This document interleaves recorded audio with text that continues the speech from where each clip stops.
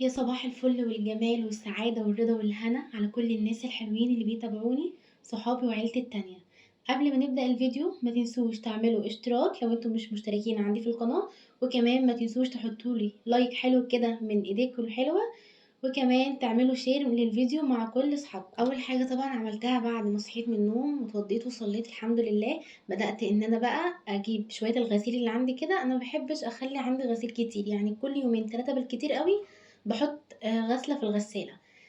باحط المسحوق، حطيت الغسيل خلاص، باحط بقى غطا من الدوني في قلب الغسيل كده زي ما انتم شفتوا. بجد بيفرق في الريحة، بيخلي ريحة الهدوم حلوة متعطرة جميلة، والريحة بتفضل ثابتة لحد الغسلة اللي بعدها، عكس ما افتح الدرج واحط السائل كده في الدرج واقفل عليه. طبعا بقى اول حاجة ببدأ بيها هي الغسيل. الغسالة سبتها تغسل مع نفسها، بحيث لما اخلص كل اللي ورايا اخد الغسيل انشره ويبقى كده خلصت كل حاجة الحمد لله، مش لسه هعمل حاجة تانية.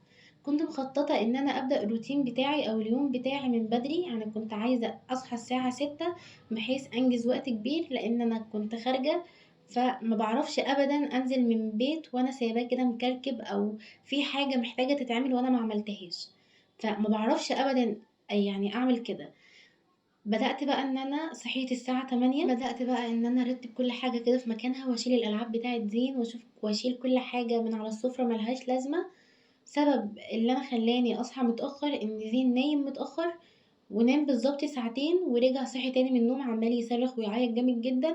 الكلام ده كان الساعة 4 الفجر، فضلنا قاعدين من الساعة 4 الفجر لحد الساعة 5:30 بيعيط وبيتشحتف ومش راضي ينزل من على كتفي.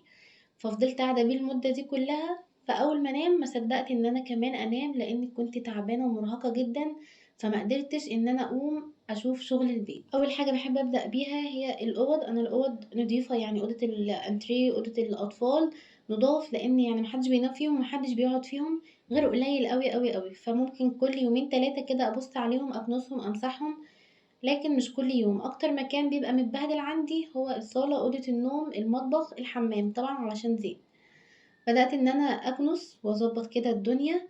برضه مرضتش أشغل مكنسة الكهرباء علشان زين ما يصحاش، عشان نومه خفيف، فخفت إن هو يصحى وملحقش أعمل حاجة، وخفت برضه يصحى كده مزاجه مش كويس، فاليوم يبوظ علينا ويروح علينا ونبقى متعكننين ومعرفش أروح المشوار اللي أنا كنت محتاجة أروحه. وبما إني الحمد لله دايما إيدي في البيت، يعني لما بشوف حاجة متبهدلة بعملها في وقتها، فالحمد لله الشقة ما خدتش معايا وقت كبير، لان انا كنت صاحية متضايقة لما صحيت ولقيت الساعة 8، فرق ساعتين عما كنت عايزة اصحى.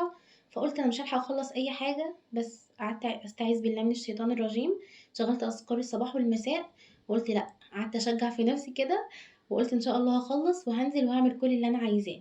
وبالفعل كل ده حصل. كنست اهو خلاص، الصلاة قربت اخلصها الساعة 8:30 بالظبط، كنت انا خلاص بخلص في الصالة.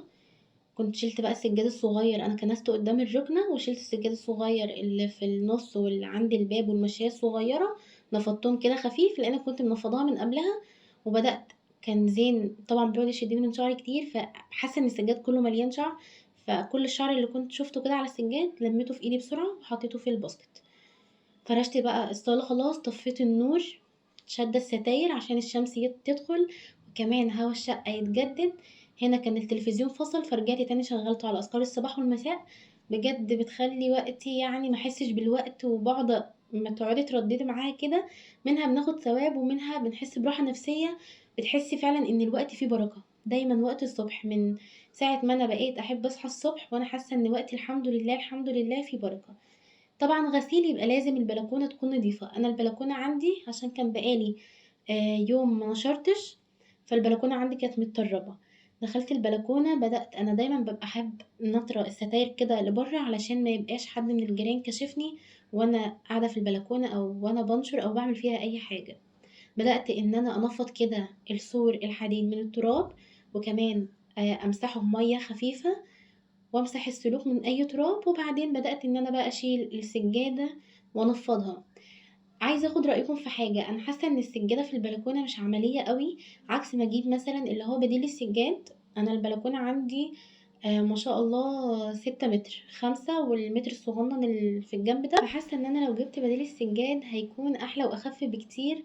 يعني أنا باشيل السجادة باقعد أنفّض فيها، يعني ماما حتى جايباها لي سجاد من اللي هو من بتاع الشقة، سجاد تقيل مش السجاد اللي هو بتاع البلكونة الخفيف ده، لأ. فبافكّر إن أنا أجيب بديل سجاد أحسن، اللي هي متر في 5 أو متر، هي متر في 5 هتبقى حلوة، حتى متر في 4 مش لازم السيراميك كلّه يكون متغطي. خلّصت كنست وشِلت كل حاجة، بدأت بقى إن أنا أرجع أفرش تاني البلكونة.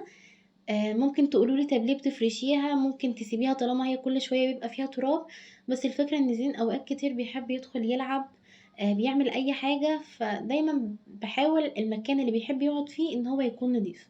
خلّصت البلكونة، ندخل بقى على المطبخ ومعركة المطبخ، بس النهارده ما كانتش معركة أوي، لإن المواعين كانت حبّة بساط يعني. بدأت الصفاية إن أنا أشيل منها كل الأطباق والطاسات اللي أنا كنت غاسلاها من قبل كده اتصفّوا خلاص، حطيتهم بقى في المكان بتاعهم، وبدأت إن أنا أصبّن المواعين اللي كانت موجودة. كانت حاجات خفيفة خالص من الغدا بتاع امبارح. أوقات باخلّص المواعين واشطّب الحوض قبل ما أنام من بالليل، بحيث إن أنا أصحى الصبح رايقة كده، ما يبقاش في منظر سادد نفسنا على الصبح. وأوقات باحس إن أنا خلاص طاقتي في آخر اليوم كده خلصت من الجري واللعب ورا زين. بجد الأطفال من عمر السنة ونُص كده وأنتم طالعين مرهقين ومتعبين جدًا، بتبقي محتاجة تركّزي معاهم في كل خطوة بيخطوها وكل حركة بيعملوها، من كتر ما أنتِ خايفة عليهم ومن كتر من يعني هُم ما شاء الله أشقيا، فبتخافي يعني ممكن في ثانية كده يعملوا مصيبة. فباحس إن أنا لأ خلاص هاسيب الحاجة دي للصبح أعملها وزين نايم وأركّز معاه هو. باخاف أسيبه في أي مكان لوحده حتى لو في الشقة، بابقى قافلة البلكونة وخايفة، قافلة باب الحمام وخايفة. فبابقى مثلًا لو أنا دخلت المطبخ أعمل حاجة بيبقى دماغي فيه، فمش عارفة أنا بس اللي كده والّا حد تاني زيي، يعني ده وسواس والّا قلق زيادة عن اللزوم، والّا يمكن عشان أول طفل ليّا، فمش عارفة بصراحة. أنا هنا خلاص كنت صبّنت المواعين وبعدين غسلتها مَيّة سخنة كده على طول بقى، ما سِبتهاش بصراحة تتصبّن كده شوية لأ، عشان كنت مستعجلة، فغسلتها وعقّمتها على طول بالمَيّة السخنة. كنت سايبة المَيّة السخنة شغّالة وباغسل على طول كده عشان أنجز وقت. برضه كنت سايبة الحنفية بتاعة المَيّة السخنة شغالة، لإن الحلل اللي كنت باغسلها دي كان في حلة فيها شوربة وحلة فيها مكرونة، فالدهون اللي هتنزل منهم دي المَيّة السخنة تدوبها على طول، بحيث إن هي ما تتراكمش معايا في الحوض تعمل لي ريحة مش حلوة أو تسد لي الحوض، أو تبقّع كده أو تعمل مكان الدهن يعني في الحوض فأطلّعه بصعوبة. بدأت بقى إن أنا أنشّف الحوض كويس، وبعدين غسلت الحنفية. لازم أغسل الحنفية وفوق الحوض كده بعد ما أخلّص كل مواعين أو أي مواعين أنا باعملها. بُصّوا بقى على الراحة النفسية الجميلة دي، ده بالنسبة لي أحلى منظر في الحياة، وبيبقى أحلى وأحلى برضه لمّا باخلّص المطبخ والشقة كلّها، بجد راحة نفسية حلوة أوي. ال الحوض بيلمع من بريكس في الروتين اللي أنا عملته معاكم امبارح أو أول امبارح مش فاكرة، لو حد ما شافوش يشوفه. بجد عملت لكم تعقيم للحوض وبيفوّر الدهون كده في أقل من ثانية. بدأت بقى إن أنا أشوف الرخامة أشيل كل حاجة عليها علشان أمسحها كويس جدًا وأعقّمها برضه في نفس الوقت. أنا باعقّمها بإيه، أنا أول حاجة باشيل كل اللي عليها، بعد كده بابدأ إن أنا بفوطة المطبخ باشيل من عليها التراب، تمام. وبعدين بقى بابدأ إن أنا أجيب بريكس وأغسلها كويس جدًا. بريكس بيدّينا ريحة حلوة أوي وكمان تعقيم ونضافة. بس أنا ما باكتفيش بكده، أنا بازوّد عليهم طبعًا باغسلها بمَيّة تكون سخنة زي ما أنتم عارفين، أي حاجة في المطبخ بالذات باغسلها بمَيّة سخنة.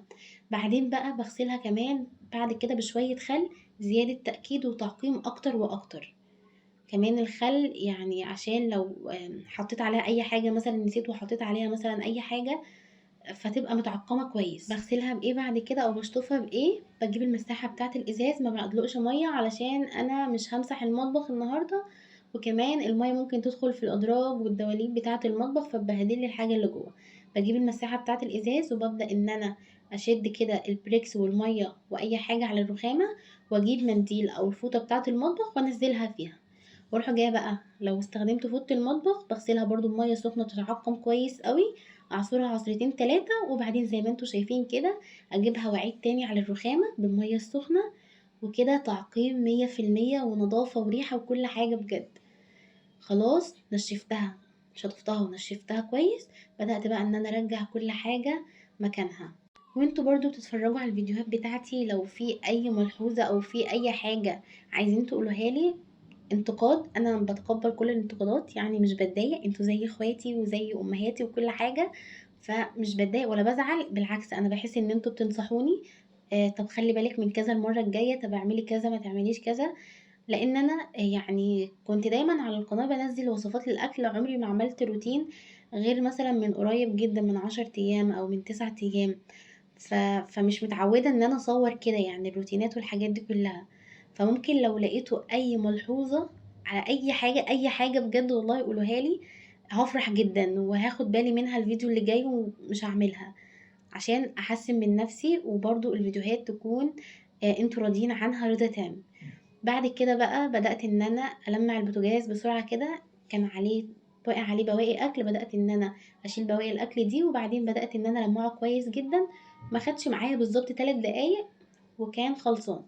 اخر حاجة بقى في المطبخ واخيرا يعني الحمد لله، شلت الفرشة كده نفضتها وبدأت ان انا اكنس السيراميك. المطبخ نضيف زي ما انتم شايفين ما شاء الله، السيراميك بيلمع لان كنت مسحاه من قريب، فمش محتاج ان انا امسحه النهارده.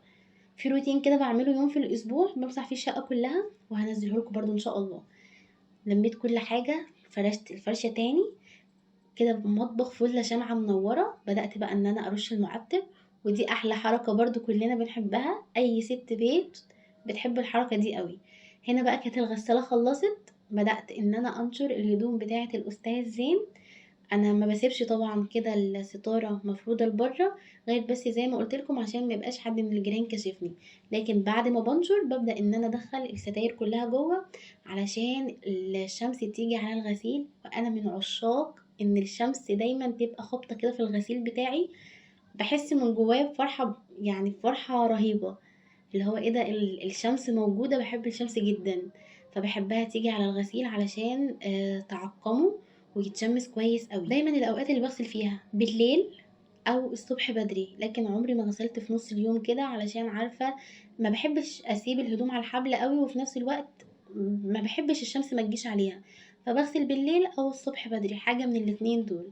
لو الدنيا ازمت قوي بغسل مثلا على بعد العصر او على المغرب، واسيب الغسيل لتاني يوم المه على الساعه 11، تكون الشمس جت عليه وتعقم وكل حاجه بقت زي الفل.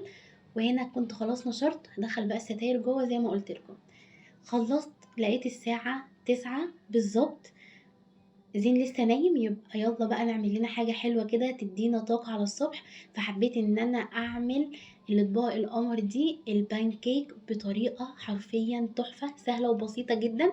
عملت ليا طبقين بتوبنج مختلفين، وطبق ده بتاع زين. يلا نسمي الله ونبدأ. يمكن الوصفة دي ومكوناتها من أبسط المكونات والطرق اللي عملتها معاكم. بحتاج اول حاجه بجيب بوله وبحط فيها بيضايه كامله صفار وبياض، بعدين بنزل عليها كيس من الفانيليا، اي نوع انتوا بتفضلوه او متوفر عندكم في البيت او متعودين ان انتم تستخدموه. وبعدين هنزل بربع كوبايه من السكر، والسكر هنا حسب رغبتكم الشخصيه. لو البانكيك هتاكلوه في الاخر من غير ما تحطوا عليه توبنج وصوصات، فممكن نخليهم نص كوبايه. لو هتحطوا صوصات كفايه ربع كوبايه عشان ما يبقاش مسكر قوي معانا. ضربتهم كويس جدا بالمضرب اليدوي، ممكن نضرب بالمضرب الكهربا لو عايزين تخلصوا بسرعة، او ممكن تضربوه كمان بالهاند بلندر. بعد ما اتأكدت ان السكر داب تماما، نزلت بنص مج من الحليب. الحليب يكون بارد، لا هو دافي ولا هو ساقع خالص، لا يكون بارد كده حاجة بسيطة. وبعدين زودت ربع كوباية من الزيت.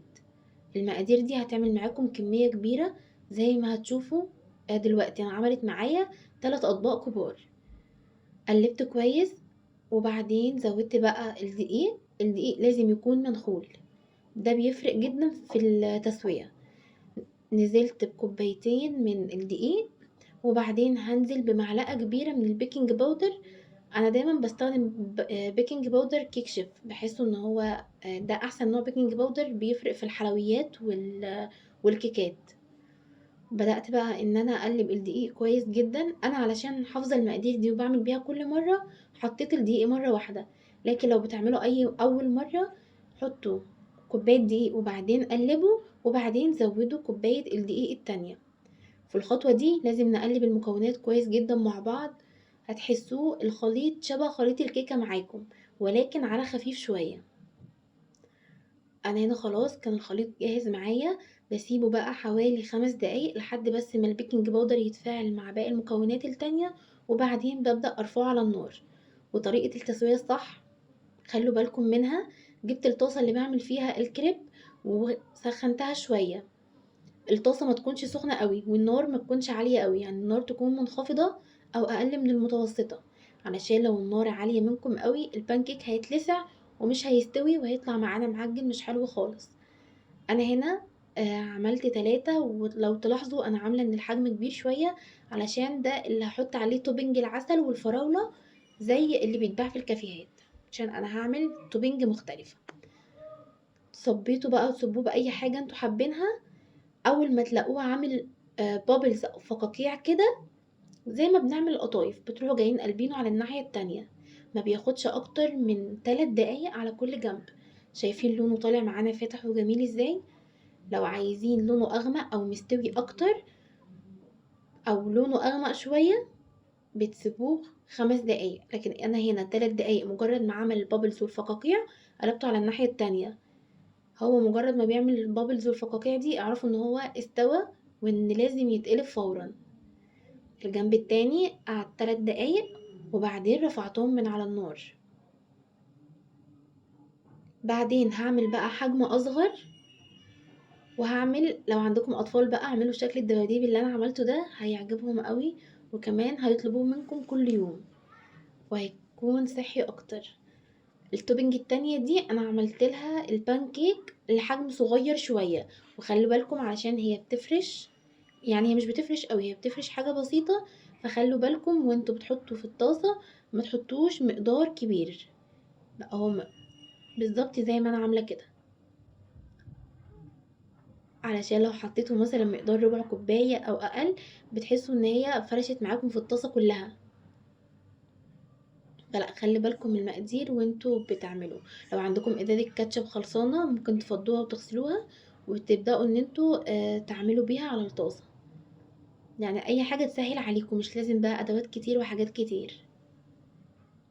هنا برضو سبتهم 3 دقايق لحد ما لقيته عمل البابلز والفقاقيع وبعدين قلبته. الشكل بتاع الدبدوب بحط برضو دايرة وبعدين دايرة صغيرة من على اليمين ودايرة صغيرة من على الشمال، واول ما الاقيه عامل بابلز وفقاقيع بروح جايه قلبها على الناحيه التانية. ده كل الثلاث اشكال اللي انا عملتهم. بصوا بقى هنا كنت جهزت الكميه كلها، شايفين شكلهم عامل ازاي؟ حطيتهم في اطباق مختلفه علشان التوبنج هتكون مختلفه.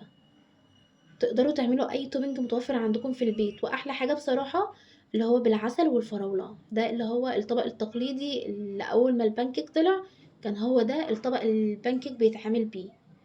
ده شكل الدباديب عملته عشان عندي طفل صغير. تقدروا بقى تعملوا الكمية اللي انتوا عايزينها، لو العدد كبير ضعفوا الكمية. هبدأ اجيب بقى صوصات. عندي هنا صوص بيستاشيو وصوص لوتس وصوص كندر، ممكن تجيبوا شوكولاتة. الصوصات دي كلها انا مستخدماها من كواليتي تارجت، دي احلى صوصات بجد يا جماعة، ممكن تجربوها. يعني انا جربت انواع كتير ولكن دي بصراحة ظبطت معايا، وفعلا كريمة كل طعم مظبوطة قوي. هبدأ ان انا اخد معلقتين صغيرين من كل صوص واحطه في طبق علشان ابدأ ان انا اخففه وازين بيه البانكيك. طريقة تخفيفهم ازاي هقول لكم دلوقتي. انا كنت مستخدمة البيستاشيو واللوتس من كواليتي تارجت، ولكن صوص الكندر كنت مستخدماه من شركة لذت برضو حلو ومش وحشة. هبدأ بقى ان انا احط معلقة زيت كبيرة على كل طبق وابدأ ان انا اخفف الصوص ده.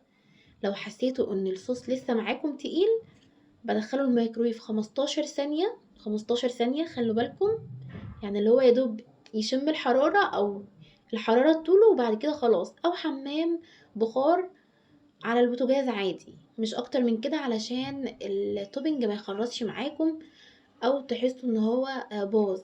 لو اول مرة تعملوه زودوا الزيت بالتدريج، يعني معلقة صغيرة في الاول وتبدأوا ان انتوا تقلبوه وتفكوه، وبعدين المعلقة التانية. انا علشان بستخدمه دايما فبستخدم كمية الزيت كلها مرة واحدة. اول ما تبدأوا تضربوه او تسيحوه هتحسوا ان هو خلاص يعني اتظبط معاكم جدا. اهم حاجه بس نقلبه كويس علشان ما يبقاش فيه اي تكتلات او يكون فيه لسه يعني الكتل مسحتش. ده كان اول توبينج معايا اللي هو توبينج اللوتس. خلاص كان جاهز معايا تقلبتين 3 وظبط معايا على طول. البانكيك بقى ميزته ان هو مش بياخد منك وقت خالص، مش لازم يعني مش لسه هنقعد نعجن ونسيب الحاجة تخمر. مش زي الكيك هنعمل العجينة وندخله الفرن وبعدين نطلعه ونقعد نستنى، لا، على طول وانت واقفة هتعملي لهم احلى حلويات سهلة وسريعة في البيت. غير كده مش مكلفة خالص. انا هنا كان عندي شوكولاتة دريم شوكولاتة خام، بقطعها مكعبات صغيرة جدا وبعمل لها حمام بخار على البوتاجاز وببدأ ان انا ازين بيها. كده الصوصات خلاص كانت جاهزة معايا. شايفين الصوص فيه لمعة كده حلوة ازاي؟ ده دليل ان القوام بتاعه مظبوط وان احنا عملناه صح. هبدأ بقى ان انا ازين كل طبق. اول حاجة زينته بصوص الكندر، والتاني زينته بالبيستاشيو، والتالت هزينه باللوتس. وزي ما قلت لكم تقدروا تزينوا باي حاجة انتوا حابينها، التوبنج زي ما انتوا حابين. هعمل بعد كده الطبق اللي هو التقليدي اللي قلت لكم بعسل النحل. اهو حطيت عليه معلقتين كبار من عسل النحل، وفي الاخر هزود عليه 3 قطع من الفراولة. يعني هي فراولاية وانا قسمتها بالطول كده ل3 قطع. ده كده الطبق التقليدي. عايزه اقول لكم ان هو بيتباع في الكافيهات، يعني لو طبق زي اللي انا بعمله حاليا ده مش اقل من 90 جنيه. ده لو في كافيه تعبان شويه، لو كافيه بقى غالي معدي ال200 جنيه، مع انه اساسا يعني حاجات بسيطه خالص. ده الطبق التالت بتاع الاستاذ زين. انا سبته زي ما هو علشان الاطفال يا جماعه ممنوع عنهم السكريات. بدأت بقى ان انا ازود على التوبينج، يعني الكندر زينت عليه او زودت عليه شوية من الكاجو، البيستاشيو شوية من الفستق المجروشين، واللوتس زودت عليه شوية من البندق. هي البندق بيتحط على الشوكليت وبرده بيتحط على اللوتس عادي. كده خلاص خلصت يوم وخلص والروتين بتاعي خلص، انجزت كل اللي ورايا والحمد لله. فطرت كمان فطار حلو وهنزل المشوار اللي انا كنت مخططه له.